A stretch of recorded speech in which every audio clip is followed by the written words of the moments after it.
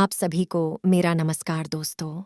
आज मैं महाभारत के अत्यंत महत्वपूर्ण पात्र राजा हंस और डिंभक की अनसुनी और रोचक कथा का वर्णन कर रही हूँ, जिसका विस्तृत वर्णन श्री हरिवंश पुराण से प्राप्त होता है। द्वापर युग में ब्रह्मदत्त नामक राजा राज्य किया करते थे।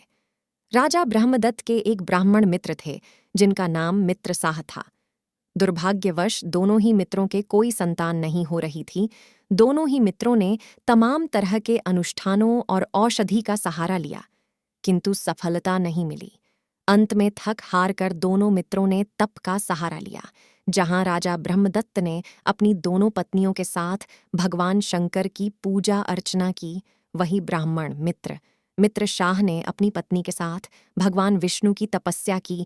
उन दोनों की तपस्या से प्रसन्न होकर भगवान शंकर ने राजा ब्रह्मदत्त को और भगवान विष्णु ने ब्राह्मण मित्रशाह को उनकी पत्नी से एक एक पुत्र रत्न प्राप्ति का आशीर्वाद दिया। इस वरदान के फलस्वरूप राजा ब्रह्मदत्त को अपने दोनों पत्नियों से एक एक पुत्र प्राप्त हुआ और मित्रशाह को अपनी एक पत्नी से एक सुंदर पुत्र रत्न की प्राप्ति हुई। राजा ब्रह्मदत्त ने अपने दोनों पुत्रों का नाम रखा, हंस और डिंभक रखा। वही ब्राह्मण मित्रसाह ने अपने पुत्र का नाम रखा जनार्दन। उन तीनों ही पुत्रों में गहरी मित्रता थी। बचपन में तीनों पुत्र कुशाग्र बुद्धि और बलशाली थे, किंतु युवा होते होते राजकुमार होने के कारण हंस और डिंभक में बल की मात्रा थोड़ी अधिक हो गई और उन्हें इसका अभियान भी हो गया। लेकिन अपने बल को और अधिक बढ़ने के लिए हंस और डिंभक ने भगवान शिव की आराधना और तपस्या करनी प्रारंभ कर दी।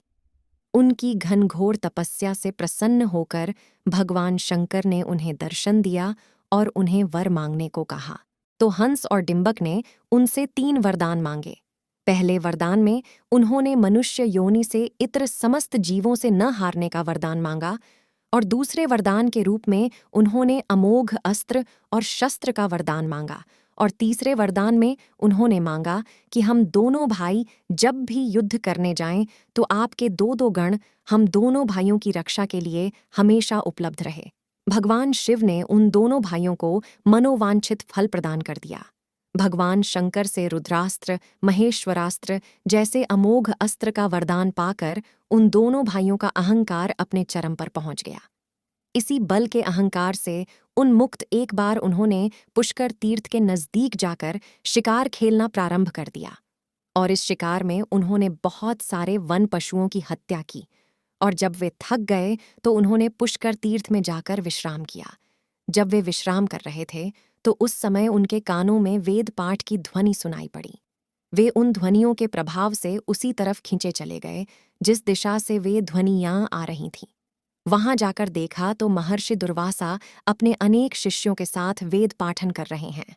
उन्हें लगा कि यह संन्यास आश्रम वाले सन्यासी सांसारिक कर्मों से भगाने के लिए संन्यास आश्रम ग्रहण करते हैं और इसलिए उन्होंने आर्षि दुर्वासा की आलोचना प्रारंभ कर दी। आर्षि दुर्वासा अत्यंत क्रोधी माने गए हैं, इसलिए उन्होंने उन दोनों राजकुमारों को चेताया कि तुम दोनों इस तरह की बातें मत करो और यहाँ से चले जाओ, वरना मेरे क्रोध की जद में आ जाओगे।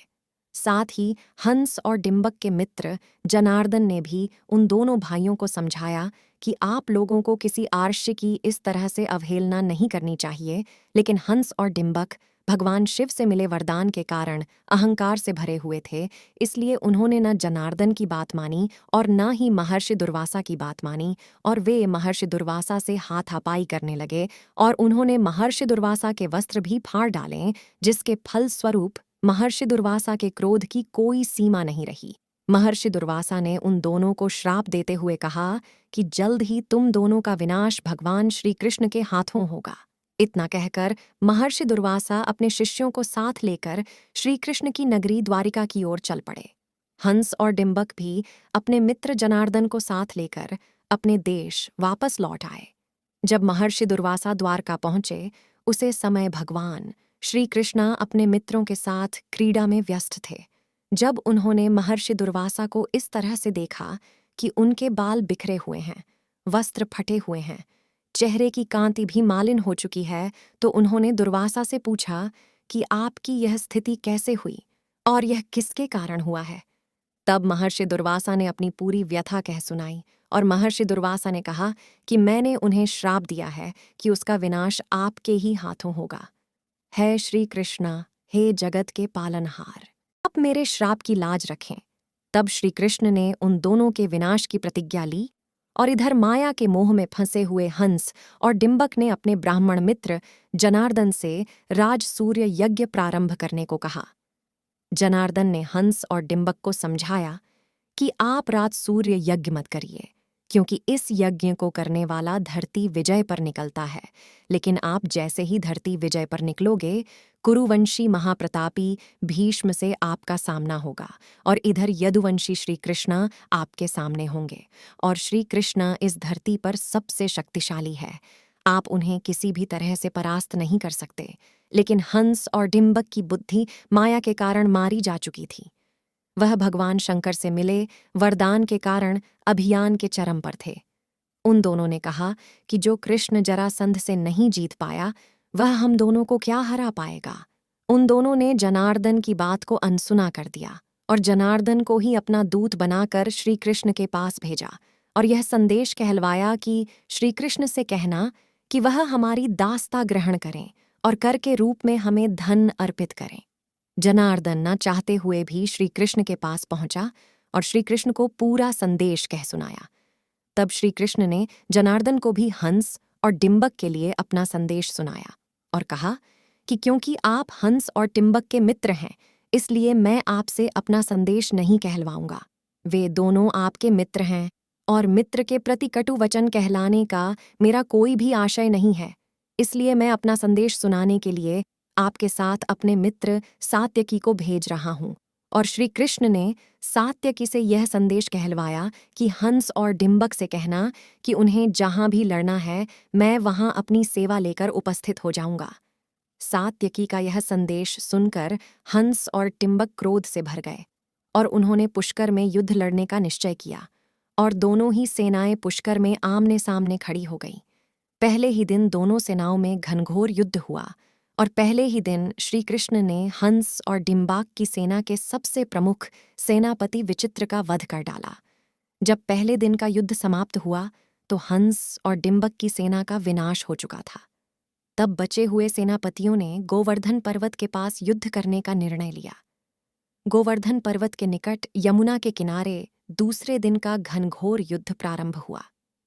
इस युद्ध में जहां हंस और डिंभक ने भगवान शिव से प्राप्त अमोघ अस्त्र श्री कृष्णा पर छोड़े, तो श्री कृष्ण ने भी उन दोनों पर ब्रह्मशीर नामक अमोघ अस्त्र से प्रहार किया, किंतु भगवान शिव के वरदान के कारण ब्रह्मशीर अस्त्र भी उनके ऊपर कोई प्रभाव नहीं कर पाया और युद्ध अत्यंत घनघोर होता चला गया। अंत में हंस थकने लगा।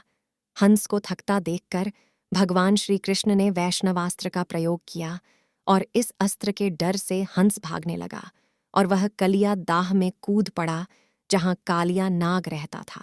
भगवान कृष्ण ने उसका भी मर्दन किया था। कालिया दाह में कूदते ही हंस पाताल में पहुंच गया, जहां नागों ने उसके शरीर का अंत कर दिया। और जब डिभक ने यह सुना कि उसके भाई हंस का प्राणांत हो गया है, तो वह भी कालिया दह में कूद गया और पाताल लोक में पहुंच गया, जहां उसने बहुत देर तक अपने भाई की लाश को ढूंढा।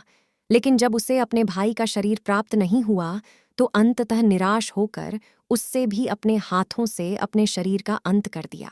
दोस्तों, यह कहानी तब प्रकाश में आई जब आरएसएस प्रमुख मोहन भागवत ने समलैंगिकता के अधिकार के संबंध में अति प्राचीन राजा हंस और डिंबक के संबंधों की तरफ इशारा किया था।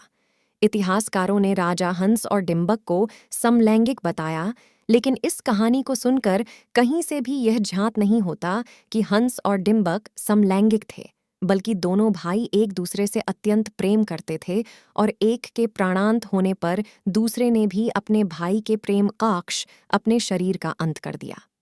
दोस्तों, आपको इस कहानी को सुनकर कैसा लगा? अपने विचार हमें कमेंट करके ज़रूर बताइएगा और मेरे चैनल को सब्सक्राइब करके अपना सपोर्ट दीजिएगा। आपका सपोर्ट हमारे लिए प्रेरणा स्रोत है। धन्यवाद।